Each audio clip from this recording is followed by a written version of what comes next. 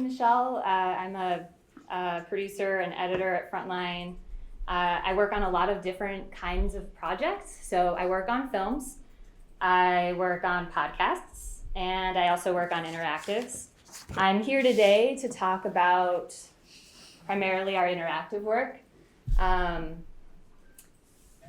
or what I would say are projects that you can't simply press play and lean back and watch. Sort of how I think of this separation of those two forms, although I know it's up for debate. So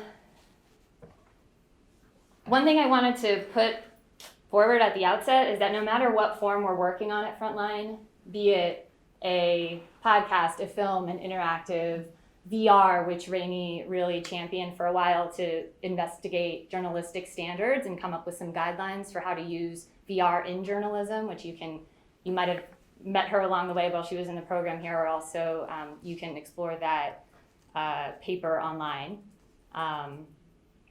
But no matter what we're doing, there are some journalistic guidelines that all of the content we make, all the stories we tell, are guided by, and that's fairness, accuracy, transparency. We consult before recreating, and edit to compress, not to distort. So working in all of these forms is really only happens because of our leadership. And so Rainey is at the helm right now and has spearheaded and championed emerging media. But I thought in order to do this conversation justice, it would really behoove us to look back and see where Frontline came from. And I was actually just genuinely curious to spend a little time excavating some of the projects that existed really early on. And those would have been under David Fanning. Just a couple. Rainey has been a part of the series for a really long time and was actually sort of chosen as an heir to David in that role for a while, and had the gift of thinking about how to move into that role over a period of years. And so she's always been a part of these projects. But there were some early things that happened at the very beginning of the show that I think point to some of the projects that we're doing today. So it is a little bit of a look back where we came from, but I wanted to give a disclaimer also that it won't cover the entire history. This is not an exhaustive, comprehensive history. This is just sort of something that I was excited about and wanted to share. So, and I think they're a nod to where we are as a series today. So we have an origin. So for today, I'll go over some of these origin stories, some of the recent work we're doing, a specific look at 3 projects, and then sort of look at what's next. So once upon a time, Frontline was just on your television. In 1983, when David started the program, it was one of the first. It was called The Last Hope for Long Form Documentaries on TV. They just weren't being made anymore. POV didn't exist. Independent lens didn't exist. So it was also an experiment in itself to put long form films on television. It's still what we're best known for today. But the series has actually always been a pioneer in using new storytelling tools and experimenting in form. So going back to look at the origins of the website, which is where I do a lot of my work, I was looking for the origins of, when did it start? What was the first project? What were they doing? Why did they make a site? And so I came across, in this look back, I came across a speech that David gave in 2001. And I'm using that as this was his experience of how he moved through the series was moved through different forms and different storytelling tools. So I'm leaning on that a lot. So this is David back around that time, probably a few years before he started the series. He also comes from a filmmaking background, and he started out, making films on film, cutting it on a Steinbeck. And so Frontline started on film as well, but just around the same time in 1983, 1984 was when VHS tape media was invented, was starting to be used more widely at least. And David, in his speech that he gave, talks about how somebody walked into his office and handed him an SVHS camcorder, and he he sent it along with a filmmaker on a production trip, just as sort of a backup, an experiment. And when they came back with the footage, he said that we knew instinctively that we probably didn't want it to look like a standard documentary. It was a diary film. We called it Letter from Palestine, and it was really quite a different voice. It's a voice one looks for in really good narrative, literary journalism. It's one that's it's not an interior voice, a written voice. So he was thinking about how this medium was influencing the way he was telling stories. So then he moves into digital video. And this was probably around 1995. And he tells another story about how he got his hands on the first 3-chip Sony DV camera. He actually went along on the trip this time because he wanted to use it. And while he and the team that he was filming with were on site in Indonesia, they didn't have the rights to get their camera equipment in, all of their film equipment in. So they ended up needing to use the Sony camera in order to make this film. And he says we took off on this 3-week voyage with that single camera, and he thinks it was one of the first network broadcast journeys to be shot in DV.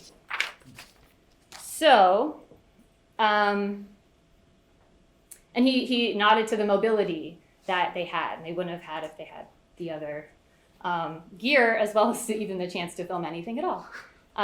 So the thing that David said that I really liked was, and what it was interesting too, was that the grammar changed. The grammar of how we told the story was really quite different from how we would do traditional documentaries. So the medium changed and the grammar changed, and he's thinking about that. So we have our first website. Does anyone want to take a guess at when the first website was launched? 95. No way. Did you do research? Nice job. I don't have any prizes, but 95. So in this speech, he also talks about the first foray into the web. This is 1995. Did you see my notes? No, Okay. I'm a historian. Okay. Oh, you are? Nice. Okay. So the first story was related to one of the films. The impetus for the site was related to one of the films, which we actually put back online recently and repackaged. So I'm going to show you a little bit. It does have some new, more contemporary packaging, but it also has some quite old packaging. So I think you get a little bit of a mix. So let's see. You are under arrest. It was the longest shootout in American law enforcement history. This standoff is over. Children trapped inside. The award-winning investigation of what really happened in Waco. First of all, no, the son, his name is Cyrus. The film critics have called revealing. I just saw the whole thing blowing up on her face and those kids dying. Waco, the inside story. Okay, so the film begins, and at some point in the film, you meet the correspondent who's in a room full of all of the FBI files that were really the backbone of the investigation, and thousands of documents that were found in Austin, Texas, inside a lawyer's office. And Frontline makes a film, 52 minutes or so, linear, put it right there. A lot is going to be left out, not really an opportunity for you to dig into it if you want to. So there was an idea. Maybe we should put it on the web. It's 1995 after all. Who's not doing that? A lot of people aren't doing that. That's not happening really anywhere. So they took these, that's the old packaging, that's good. Okay, so they took these materials and they put them online, and it was really the first time they did that. And so really the one of the biggest reasons they did this is because they had these audio tapes. And so they made real audio files, and I think you had to download a player for it. I mean, and so they posted some of these files, and you can still go to the site and see the remnants of what they did there. They also put some photos up, so you can click through the photos. And you can imagine this was a really big deal at the time to have this supplementary material online. They kept doing it. They did it again for the Gulf War, which was a 2-part series. And this time they actually took the interviews that they did. They took the transcripts, they lightly edited them for redundancy, clarity, and then put those online too. So you as a viewer could go and spend as much time as you want digging around in those transcripts. They also have a lot of other material, and you can also go to this website still and explore it. So David said another thing in this speech, which was, in the best of our work, we're taking a narrative or a story and we're describing a journey through it. And there is a landscape of other ideas and other material. So that's sort of what that was. The other thing he mentioned in the speech was the part that I was like, no way, was he talked about something called a WebbyVenturi. And what that had to do with was this project that was made in, I have it in my, 1996? No. I have notes in my slide and I can't actually see them, so I don't want to get it wrong. But it was made sometime later, obviously quite early. And what they did was take the, here, you know what? Aha.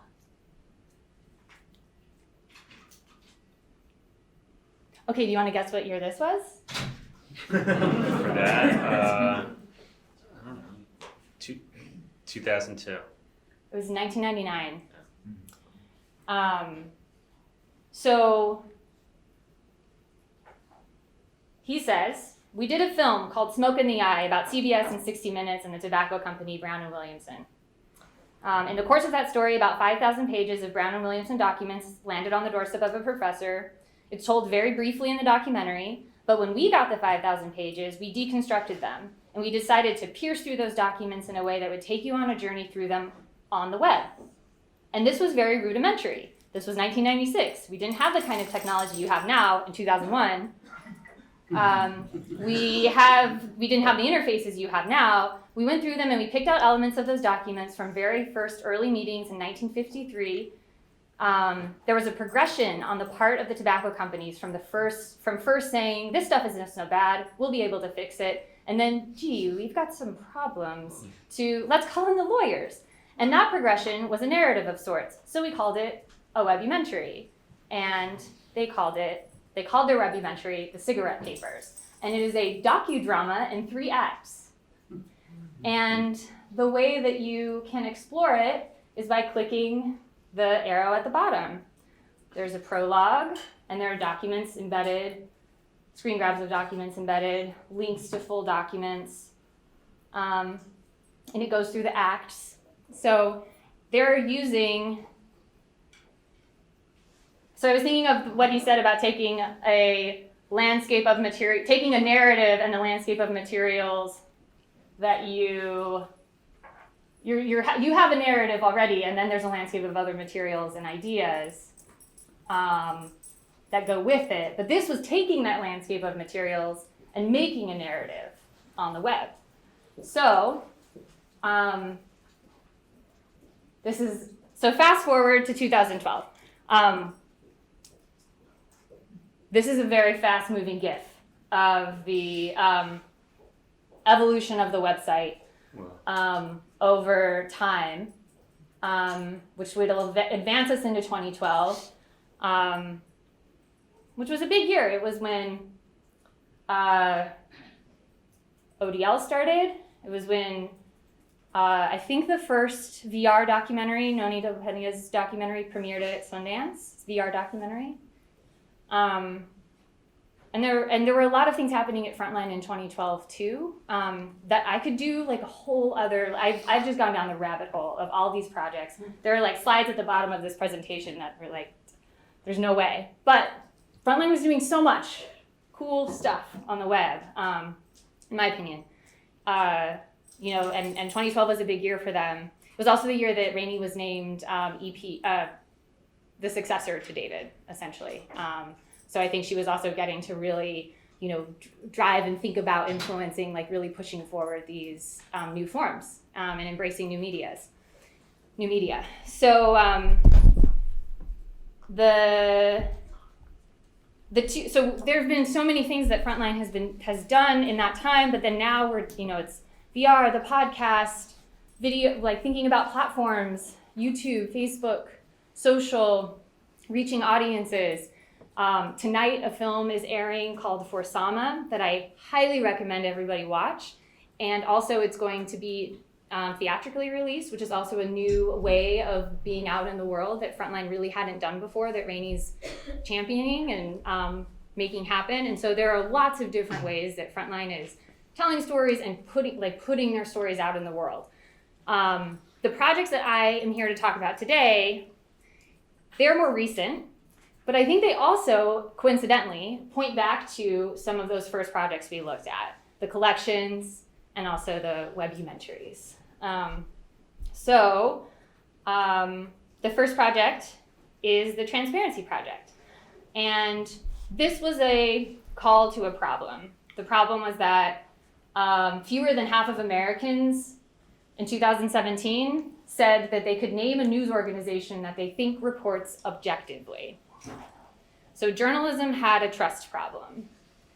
And this is something that obviously at Frontline we think really deeply about. It's not just a problem for journalism, that's a problem for democracy. So Rainey got right in front of this. She's actually on the Knight Commission that was a part of doing this survey and developing this report. And she laid out a plan to double down on transparency. And she said, opening up our reporting and making the source material that goes into building our journalism not just available, but easily navigatable and shareable was the way that they were going to do it. Frontline was going to not only put these interviews, video online, but they were also going to create pathways for people to discover it.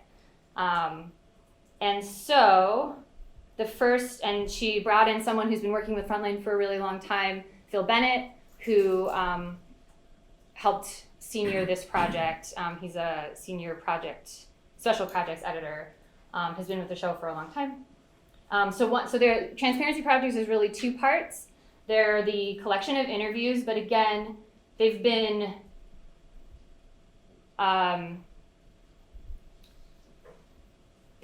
presented in a way that it makes it really easy to share them and discover them. So here's a short. Now you can see what we've It seen. was quite clear to me that we were seeing a campaign on the part of the Russians. Hours of reporting. And to create chaos with the political system of a major Western democratic country. From everyone we interviewed. This is the first time they have gone out and weaponized that information against them. On the record, at your fingertips. And by the way, the Russians aren't going to stop. If anything, their experience in our 2016 election is going to... The Putin Files. The complete archive from Putin's revenge. Part of Frontline's Transparency Project. So that was the first project in under the transparency umbrella that Frontline put out. It was over 70 hours of footage that there were 33 interviews presented in video and then 23 in transcript form only. And in the 4 months, the first 4 months that the videos had been out, they were viewed, there were more than 300,000 views, and 40% of web traffic was referred by social media. So they actually got a lot of engagement. And objective was to not only be able to immerse yourselves in the stories that were covered in the film, but discover new ones. You could, the way that the project works, if you haven't checked it out, I encourage you to, but you can go to a specific part of the transcript. If you're reading, you can click on it. It goes right to that point in the clip. You can double click on the quote and share it via social. And you can also click on some annotations that lead you to other footnotes while you're viewing it as well. Does anybody notice anything about this slide in particular? Like maybe some of the user interface and logos? It's on YouTube. Yeah. So that's like a huge difference between all of the efforts that we had done before, putting resources on our site, asking people to come to us to view them. In this case, this was an experiment in putting these long form interviews on YouTube, which actually is a search engine. It's Google. So when you Google Putin, when you Google Julia Alfie, you will find this video and you'll start watching it. And it will lead you possibly back to this opportunity to engage with the media more. So I think that was a really smart move. I think it led to why a lot of people actually engaged with the material. The other thing that they did, so it was a collection presented in a new way, very getting out there aggressively, putting themselves out in the world in front of you. Also, they made an interactive film. And what that was they took the long form film that they created, and then they went through and put pop-up video, clickable buttons throughout that you could, so see this quote in context. It's Corey's talking. And you read where it came from. It points you right to where it was. So you can read the question that came before. You can read the thing he said right before that. You can read the next question that was asked. So in terms of transparency, I don't know how much more transparent you can get. In fact, when you begin Julia's interview, you see her kind of start an answer and then stop and kind of start over again. So it was really pretty true to its initiatives, to its intention, to show you really the whole thing, warts and all, and being really open about that. So that's the Transparency Project. I actually started at Frontline in 2014, and this was the first project I worked on, which was another version of the interviews.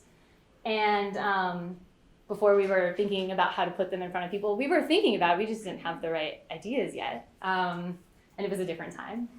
So I was helping to edit these. And while I was there, I was starting to get to know people on staff and was really interested in continuing to work with them. And I was particularly interested in what I didn't know then, what David Fanning had called WebbyVenturies.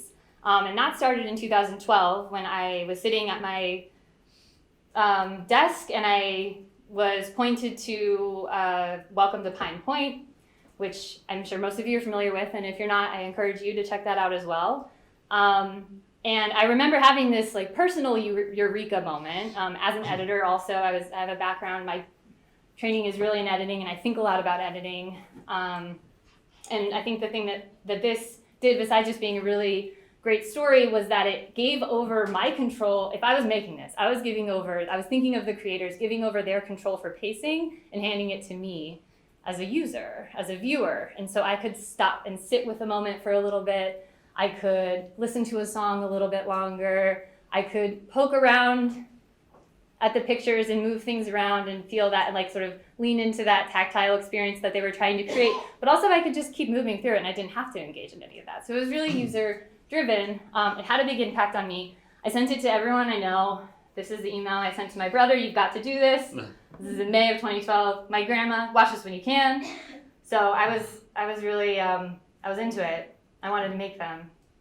So when I was reading David's quote from 2001, I was thinking about how the web really has changed the grammar that we use to tell stories, and what he called then traditional documentaries. And they started experimenting with it as early as the cigarette papers, and they continued to do it throughout. Before I was there, it's not like I came and we started. They were doing a lot of cool things, like I said. But I was excited to do them at Frontline as well.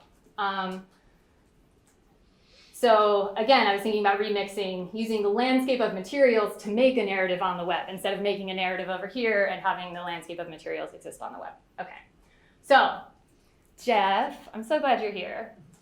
Jeff Swake and I got to work together along with a team on a project that was oriented around a deep dive investigation that Frontline was doing on the Lockerbie bombing that happened in 1998.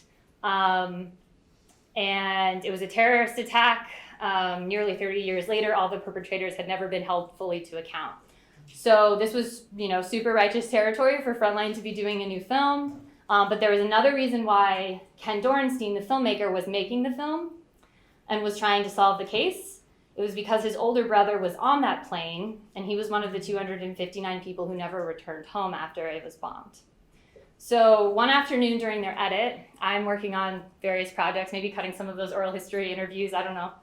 And Ken came in, as producers often do, and he said, "Let me tell you about the story we're doing. I know you guys are going to do some web content around it. Let's get ahead of that." And so he talked to some of us, and he described the lengths he'd gone to try to pin down the bad guy, but he surprisingly said almost nothing about his relationship with his brother. And yet that's what I really wanted to know about. So I emailed Ken after this visit. I shared the link to Pine Point. I asked him if I could explore the territory more, and he said yes. So it turned out that Ken had held on to boxes and boxes of items and mementos that were connected to his brother, stacks of notebooks, old cassette tapes, photos, candy wrappers. So we, right away we were like, okay, we got to do something with this. This is something here. We brought Jeff in as the designer. We had a developer on staff. We had 2 developers on staff, actually. And we started putting our heads together about, what materials do we have? What is the story we can tell with it? After spending weeks of researching and sorting through the materials, talking about what we were thinking of doing, I brought my audio recorder and interviewed Ken. And part of my approach was setting down the items in front of him in a specific order and asking him what memories they triggered. And his stories were intimate and revealing, and it felt like the most incredible gift for him to be sharing them with me, with the audio recorder, with, just being really open about that. This is what I wish I had, was a storyboard picture of when we came back and we tried to we had this whole wall covered. Jeff had drawn it out of our ideas about how there might be a linear story there. And I'll say, I was really no, it needs to be linear, like Pine Point. It has to be like that. And so I was really stuck on this idea of it really working in that way, right? So then we brought it to people, got some feedback, also brought it to Ken, and one of the things he said was, this is cool, yeah, okay. Also, I feel like I'm stuck, I don't really know where, I feel like the web makes me think I should be able to click around, and I'm not really able to click around here. So, I don't know, just take it or leave it, but that's what I think, and Jeff and I were like, oh, okay.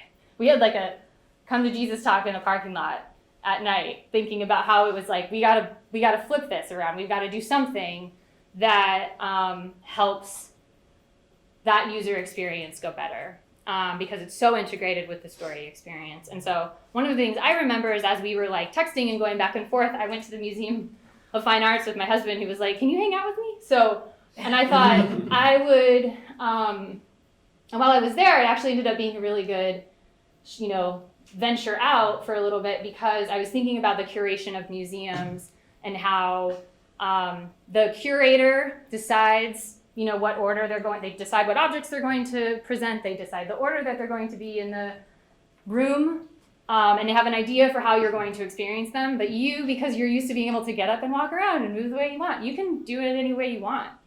So that's one of the things we talked about in rethinking the user experience of the, way the story was presented in Inheritance. And so we, instead of having it be a really storyboard, more of a keynote, you're going through this thing, you actually saw from the beginning the objects laid out.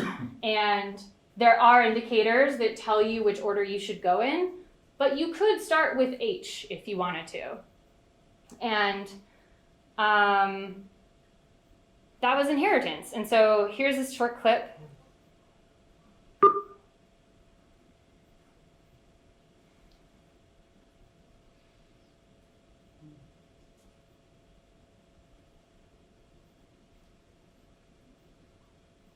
I would go into his bedroom and I would kind of survey the exhibits in the Dave Museum. And I noticed at one point there was a box.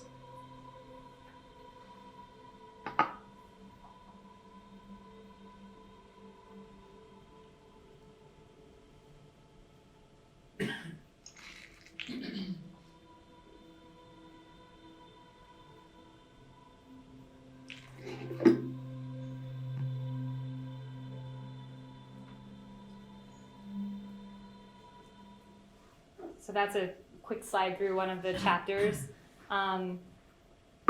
We put it out online. We didn't really know what was going to happen with it, but we were really proud of it, I think, and excited about what we'd done. It did well in the award circuit. We got some really good feedback. The most important feedback ultimately was from Ken, whose story it was. So he was really happy with the way that we evolved it. So this leads into the next and final project that I'll talk about. That was our next venture into interactive WebbyVenturies, and that's called The Last Generation. And that started as when Ground Truth Project approached, the Ground Truth Project is here based in Boston. They approached Frontline with an opportunity. They had some funding to do a film about women and children and climate change. And so my colleague, Katie Worth, who's a brilliant reporter, and I were assigned to the story, and it was a tremendous opportunity. We were excited to work on a story about this issue. There aren't enough of them. And the reason why there might not be a lot of them is because they're actually quite hard to tell. Talking about climate change is a daunting hurdle.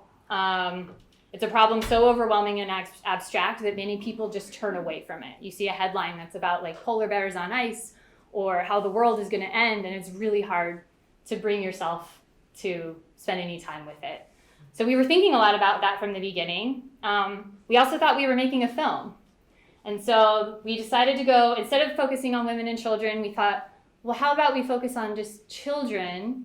And we went to the Marshall Islands, which are a low-lying series of atolls. It's a nation that is impacted existentially by rising sea levels. It would cease to exist if sea levels continue to rise at the way they are. So we decided to go to the islands, Katie and I, and we talked to a number of children. We ended up focusing on 3. Iserman, who's 9, wants to be an entomologist when he grows up, can say a ton about how humans and adults are impacting the world. Julia, who's a descendant of Bikini Islanders, who the United States had already displaced in the past when we needed to test nuclear weapons on parts of their land. So we helped them relocate to another part of the island, which is where they remain today. And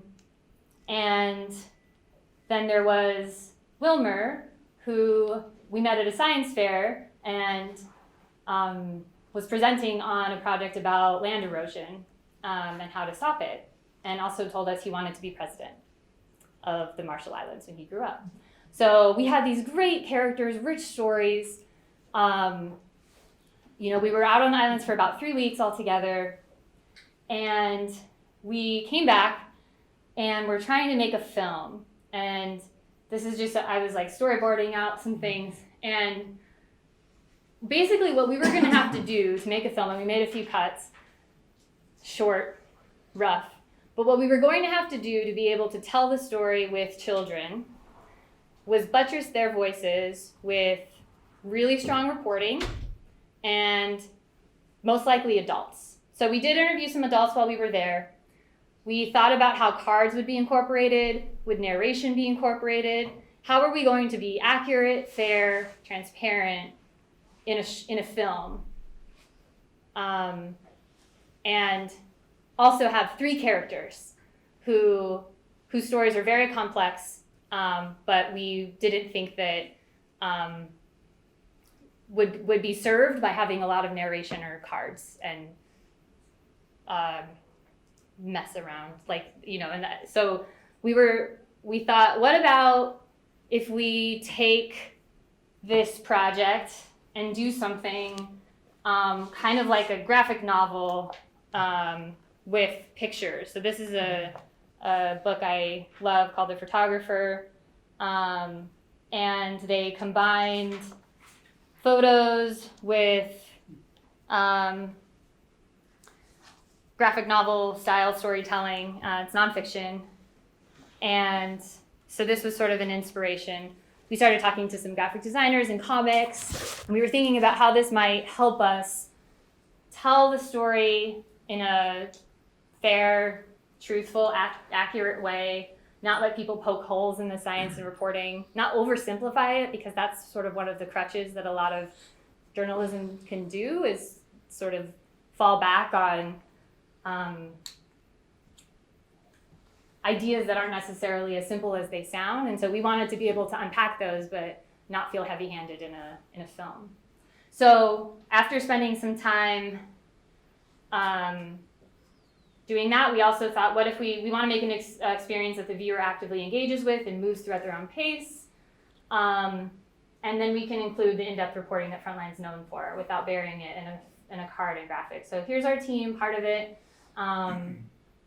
Designer Dan Nolan and Lee Chang, who also worked with us on Inheritance, a graphic artist that we were working with for a while. We were sketching out, this is when I took a picture of the storyboard. We were sketching out sort of like diagram of the project, and so we were thinking like, okay, you have, this is going back a little bit more back to the Pine Point style of like, you have your cards with your interactive moments on them, elements, you have sound associated to each of the cards, and then you have like some continuous music or soundtrack underneath. So this is how we were sort of explaining our thinking. A lot of paper prototyping and storyboarding went on. And then finally we resulted in The Last Generation, which starts off with a question, which is, what is it like to grow up in a place that's going away? And we really wanted the kids' voices to be at the forefront of that question, answer that question, and support them with other materials that you could engage with as you'd like. So we took a cue from our experience with Inheritance, and you really do need to provide an opportunity for people to decide where they're going to start, click around, what's coming. And so you can start with any of the characters. I also feel really strongly about having a narrative thought out. I like doing that. I like stories where I think that's been thought through, at least to like variations of that narrative, even if I'm participating in creating it by making choices. So in this case, we thought of Iserman as the present, Julia as the past, talking about the story of being displaced. Her memories of it are really incredible. She wasn't alive. Her memories of her ability to tell you the stories of her great-grandparents and grandparents is really incredible. And then Wilmer, who talks about the future and wants to be president.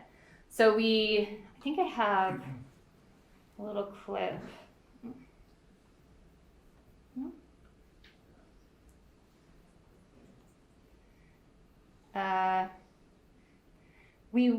So the big thing was, so when we took our cues from graphic novels and thinking about how we were going to weave in graphics, we wanted those moments to be as meaningful as we could. This is one example. where it's a timeline of the bombs that were dropped over Bikini and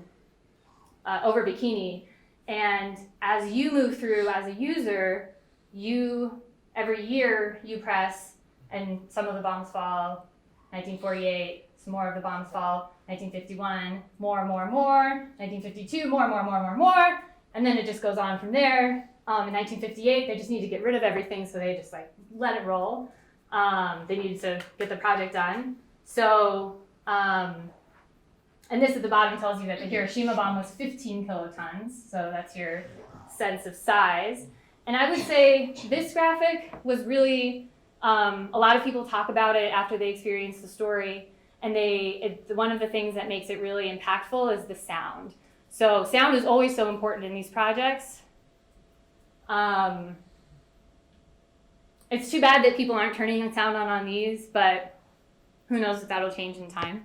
But sound really does make a huge difference, and we've learned that in many ways as we've been working on these projects. So we use sounds of bombs dropping. There are some other, moments where you move through, instead of just having like numbers appear in a sentence, we were thinking about how to break out moments by numbers. So in this case, you're at the UN, the Paris Climate Accord conference when they're going to sign the deal, and they have to make an agreement. And so once they decide what the projections are, is that if that goal was achieved, the islands would have 65 years before annual flooding happened, and that would mean that it happens too often, and you probably need to move away too quickly to recover. So it would make it difficult to live there. So they'd have 65 years before major annual floods. At the current rate we're at, we have 38 years before there are major annual floods. And so a lot less time. There was another beat in between that I forgot I didn't include, but there's we were really interested in showing the connection between the decisions we were making on a political level, particularly in Wilmer's chapter, as he's thinking about the future, and he knew about the UN, and he knew that they were making decisions around this. So we wanted to break that down, like what are the real life implications of that? And that's a lot of original reporting and working with researchers and scientists to come up with those numbers and how they would impact the islands. We also include archive footage. There are read mores where you can go deeper, read these really beautifully written pieces by Katie to tell you more, and then here's the clip. I didn't see the wave coming. It just pushed me up. Bikini Atoll is my own land. The United States wants to turn this destructive force into something good for mankind. When I grow up, I want to be the president of the Republic of the Marshall Islands. When the Marshall Islands will be gone, it's like the end of life to me.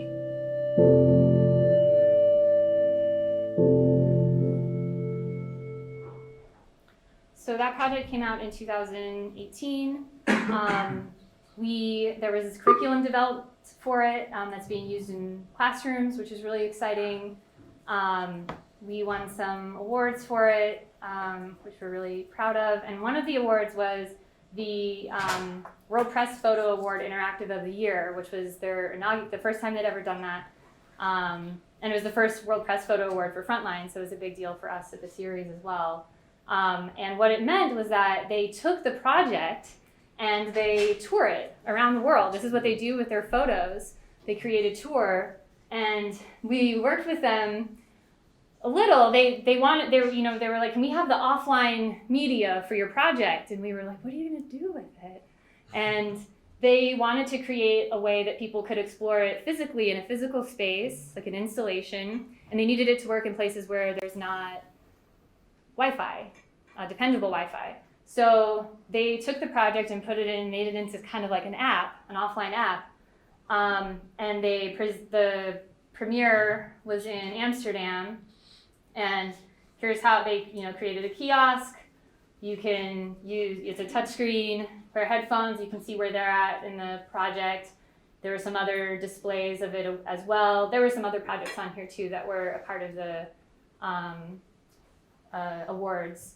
but this was Last Generation, and it was really cool seeing people engage with it in a communal space.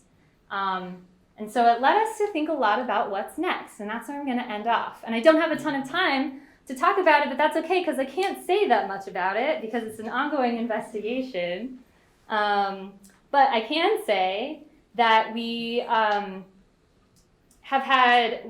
we've had practice and have learned a lot from the cigarette papers to Last Generation about telling stories in interactive spaces. And this is really, again, only a sliver of what Frontline's done. I think there's a lot of really interesting projects to look back at.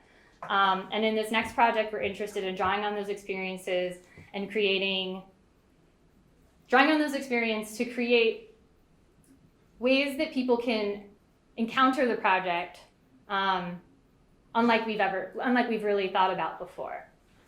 So the project we're working on is called Unresolved. It's a multi-platform investigation about a group of civil rights era cold cases, and it will be an interactive story with a collection component. So we're thinking about marrying the WebbyVenturi with a collection in a way that lives entirely in the story experience. It will be a podcast, multi-episode podcast. And we're also thinking ahead about the touring component and the physical location-based installation experience that we want to get ahead of. And so, looking at what World Press Photo did and thinking about how we even want to take this now and think about how we can use it. And if any of you here have thoughts about that, I would love to talk. We're actively exploring it, like have a call with World Press Photo today to talk about how to make this happen. But we are excited about thinking about that ahead of time, thinking about the different experience that people will expect to have because it's a different space. It's not the internet where you click around, walk around. And we're also thinking ahead about the school curriculum component and how we're going to develop a number of different resources that will be related to that. Well, that's really small. It says, what the web has allowed us to do. And just, to review, we have experimented in form. It's allowed us to innovate in visual style. I think you really see the impacts of what we do in the digital web space influence sometimes how the films look themselves. It's helped us reach new audiences, in different ways, putting our transparency project on YouTube, thinking about how people will access it and want to engage with it. It's allowed us to commit more to our mission of long-form, in-depth storytelling, providing those resources, and a commitment to transparency. And I'm really glad that I get to work on these projects with Frontline. It's a lot of fun.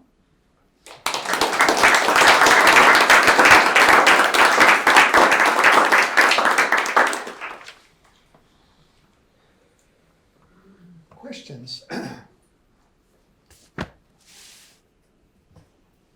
Hi.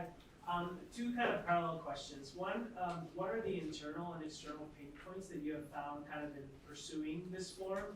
And secondly, how are you using data to understand results of prior projects and inform how you approach future projects and how users interact with your project? Yes. Okay.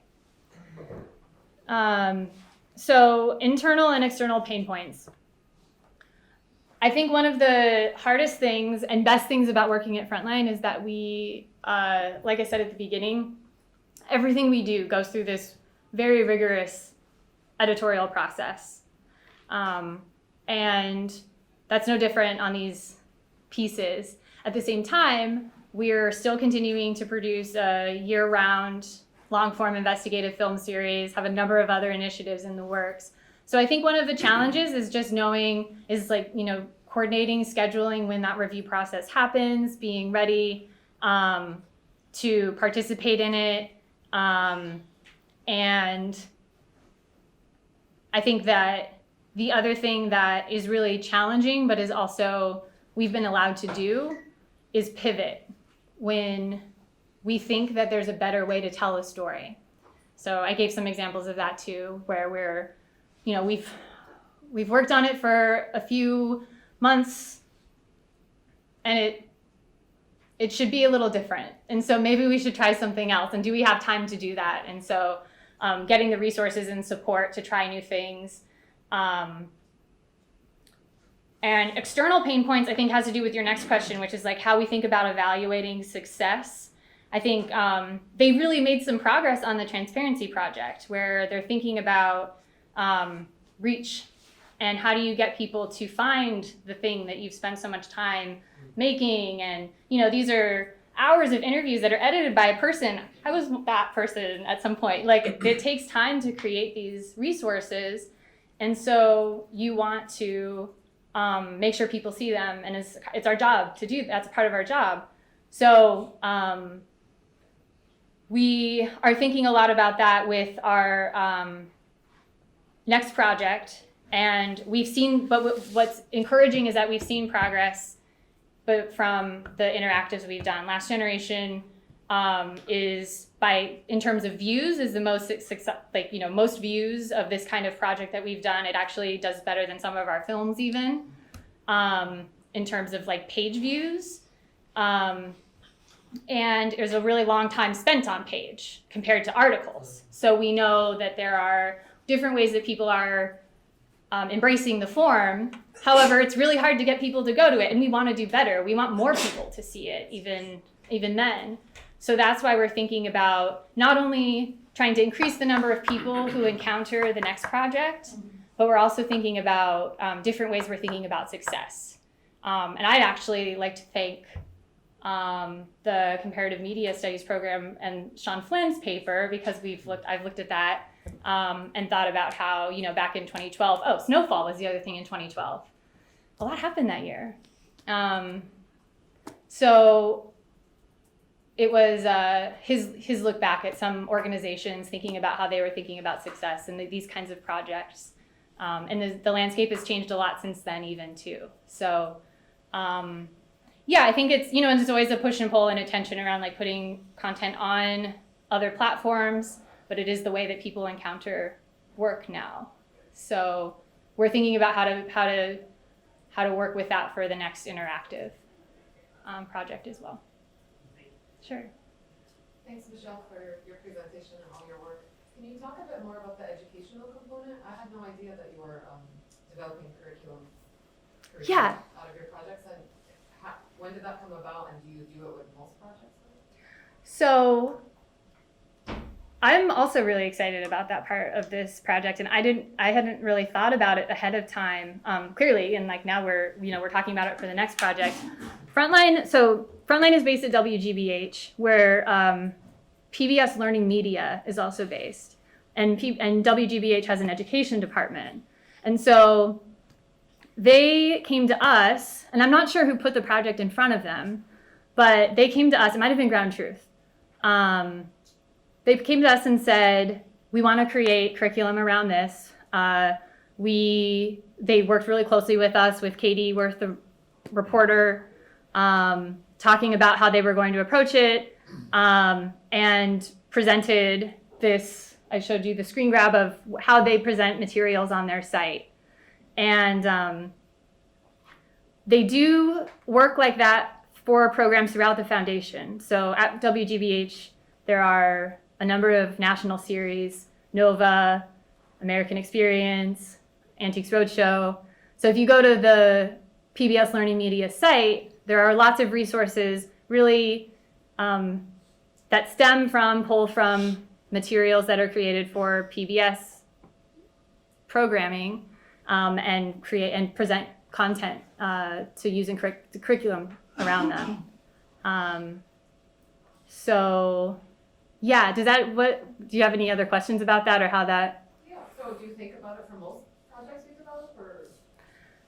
It's not, I think that there's a lot of opportunity there, and I think that it had been done before. Everything is so cyclical. That's the other thing that you see when you go back and look at these projects from a long time ago. It used to be something that was like on the site for every single show. They used to create microsites for every single show. Tons of content on each of those sites. But the realization was that wasn't the right way. People weren't, spending time on them. They were disjointed. So now the way that the website exists is more like, a more traditional news website where all that material lives together. And it was early on that I think they presented more teacher resources. I don't know how much of it was like developed curriculum as much as it was like, here's something you can watch, or here's some additional materials. Whereas what PBS Learning Media does is align it to Common Core standards and really think about how teachers are going to use it in their classrooms and give you suggestions about age ranges and grades. So that's something that I think is the part that is new, and we are excited about doing more. I think the other thing that we're looking at with the next project, and would have loved to have done on Last Generation as well, is discussion questions.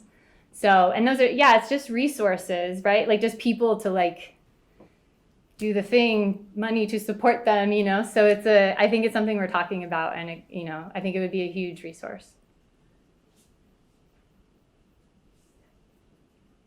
And has this had an impact on your demographics, on the age?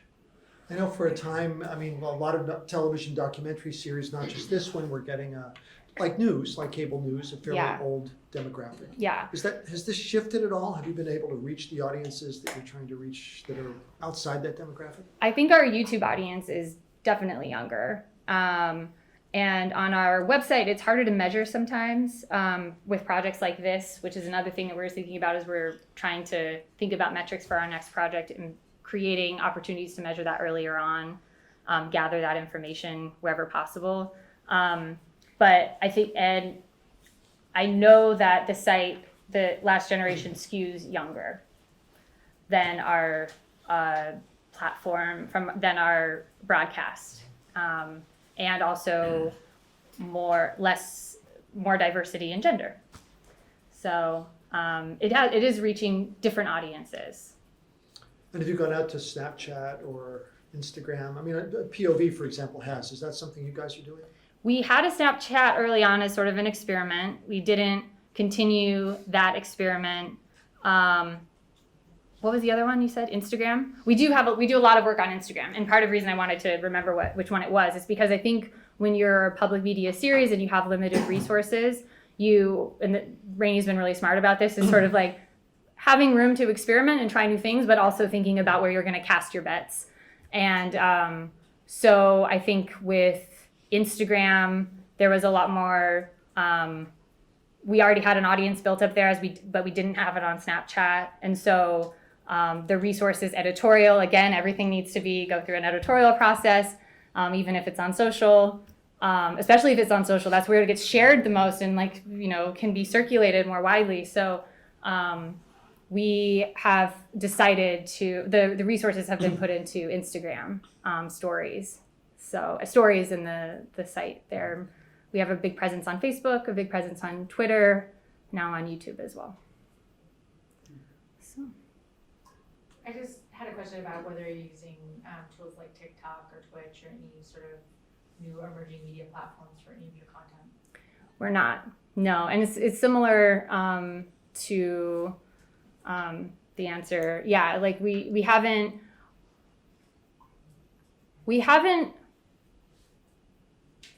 I think it would be interesting to look at them. I think the Washington Post is doing cool things, but they have someone dedicated to it, and that's really something we haven't. I don't think we've explored TikTok, and so we're really thinking about putting our resources into those platforms that we know we have a built audience, and continuing to build them there. If obviously we're always watching the trends though, so and trying to get ahead of them whenever you can. Are you guys on TikTok? You guys watch TikTok? I do because I have teenagers in my life. Yeah. Cool. Yeah. Well, that was a part of the big motivation for moving to, thinking about YouTube, thinking about Facebook early on. And so, maybe there is a future for Frontline and TikTok. It's tricky with short form, Yeah, Twitch is a better place. We've been doing, I run a community media center in Brookline. We've been experimenting with live streaming our content on Twitch because, that's where we're seeing Gen Z. Some of our students are watching the presidential debates on Twitch with 80,000 other people. So I think it's an interesting place to explore for those of us that are in public media. Totally, yeah. So you still are doing VR, but it's handled by a different department, right? So whenever you think of cross-platform, you think of cross-platform, but not VR, right? Or how does that work? And then I guess the second part of that question is your movement into physical installations.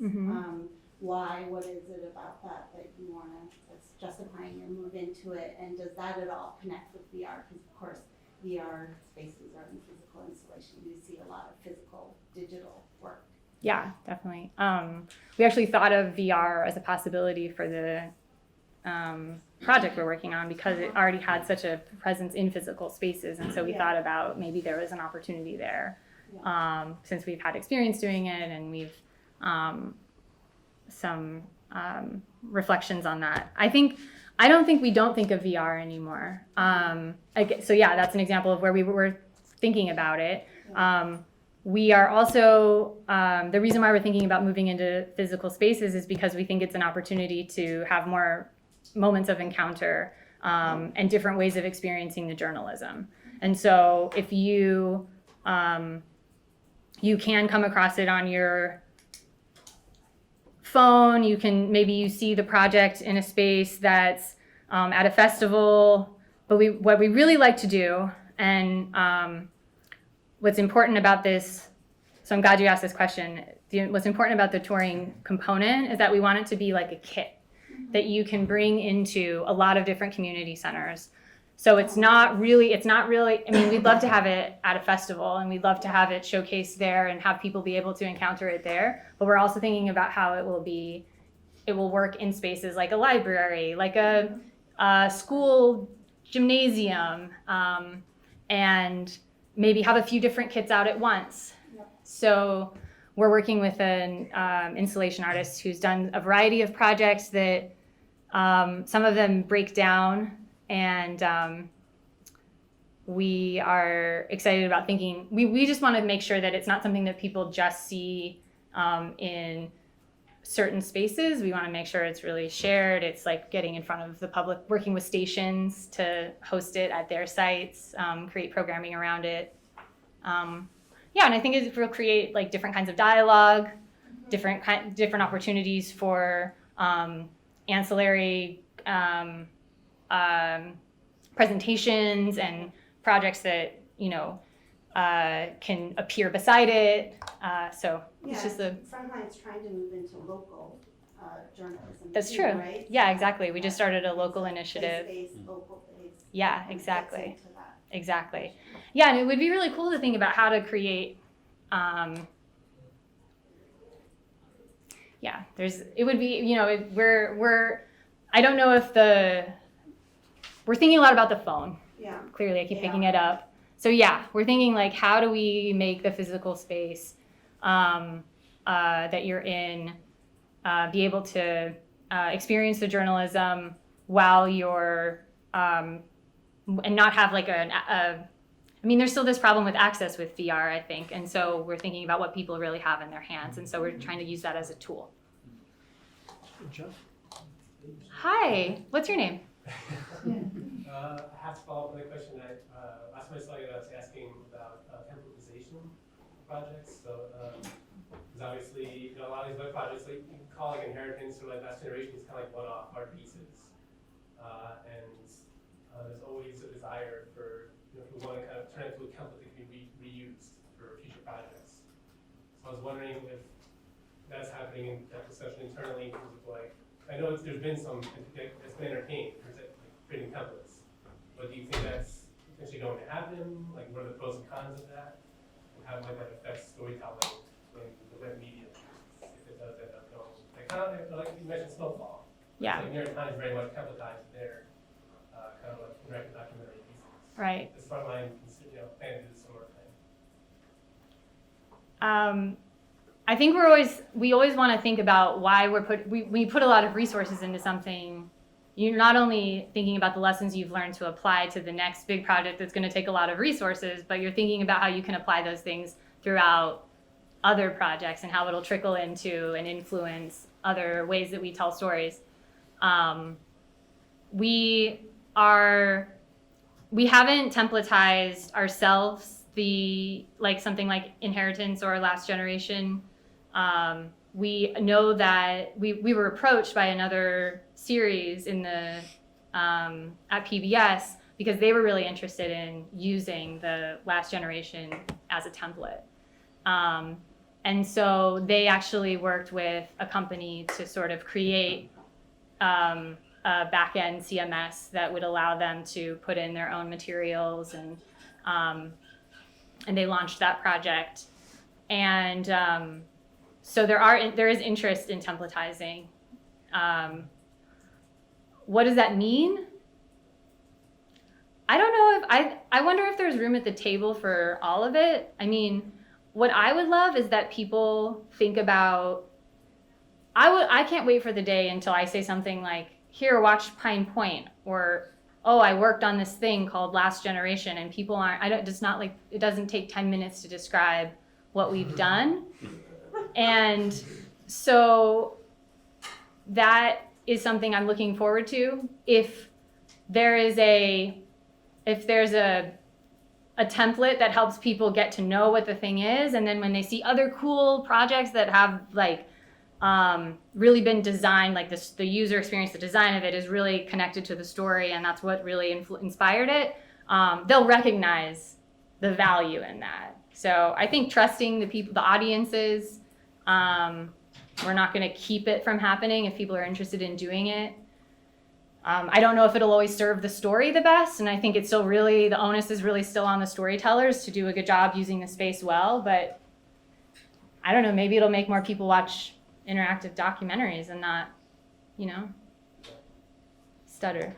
Okay, So. Time for one more, I think, if we have it, and otherwise, yeah. Thank you so much for taking us sort of through all these different projects, and sort of hearing you talk. I mean, it seems like Frontline is moving into mobile, it's moving into theatrical, interactive projects, and I know in the very beginning you had that sort of best practices list for reporting and for journalism. But I mean, is there, in this moment when it seems like so many different organizations are moving in different directions, I mean, does Frontline, do you all see that Frontline is still associated with a certain approach to investigative reporting? I mean, is that still kind of at the core even as story forms expand and move? And I guess it's maybe a bigger question for PBS and for public media, but is sort of investigative reporting still at the core of what you all do? Yeah, I do. I think it's a good question because I think we sometimes skirt on the edges of the way we tell a story doesn't always feel like that's at the forefront, and there's a way that Frontline tells stories that feel like it's the definition of investigative reporting.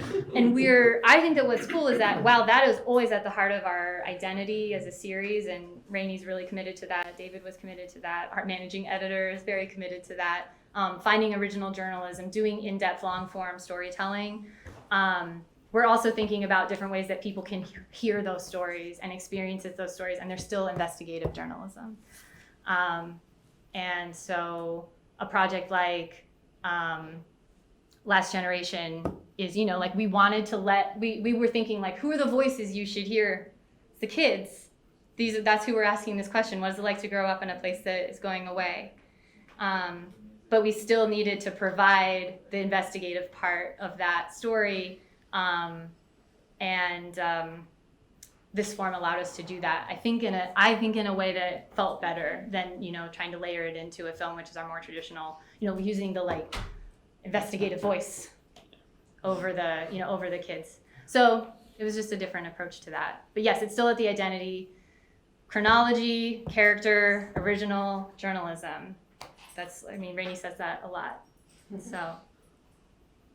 Well, Michelle, thanks very much for sharing that.